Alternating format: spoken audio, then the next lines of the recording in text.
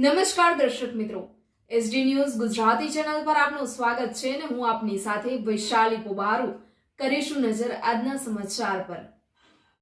Dang જિલ્લાથી police વડાના આદેશ મુજબ સમગ્ર ગુજરાતમાં હેલ્મેટ ફરજિયાતના નિયમો છતાં કર્મચારીઓ હેલ્મેટ વગર। રાજ્ય સરકારના આદેશ અનુસાર આજથી ડાંગ જિલ્લામાં પણ હેલ્મેટ ડ્રાઈવનો પ્રારંભ થયો છે। આના અંતર્ગત સરકારી કર્મચારીઓ માટે હેલ્મેટ પહેરવું ફરજિયાત કરવામાં આવ્યું છે। નવા નિયમ મુજબ ટુ વ્હીલર પર સવારી કરનાર અને પાછળ બેસનાર બંને વ્યક્તિઓએ હેલ્મેટ પહેરવું આવશ્યક છે। જિલ્લા પંચાયત, કલેક્ટર કચેરી તેમજ મુખ્ય સરકારી કચેરીઓના પ્રવેશદ્વાર પર સવારથી જ ટ્રાફિક પોલીસે ચેકિંગ શરૂ કર્યું। હેલ્મેટ વગર આવતા વાહન ચાલકોના ફોટોગ્રાફ્સ લઈને તેમની સામે કાયદેસરની કાર્યવાહી કરી હતી।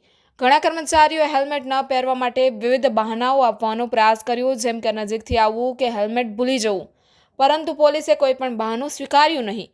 નોંધપાત્ર બાબત એ રહી કે કેટલાક જાગૃત કર્મચારીઓ અને ખાસ કરીને પોલીસ કર્મચારીઓ પહેલેથી જ હેલ્મેટ પહેરીને આવ્યા હતા। પોલીસે નિયમનું ચુસ્તપણે પાલન કરાવતા તમામ નિયમ ભંગ કરનારાઓને ઈ-મેમો આપ્યા હતા।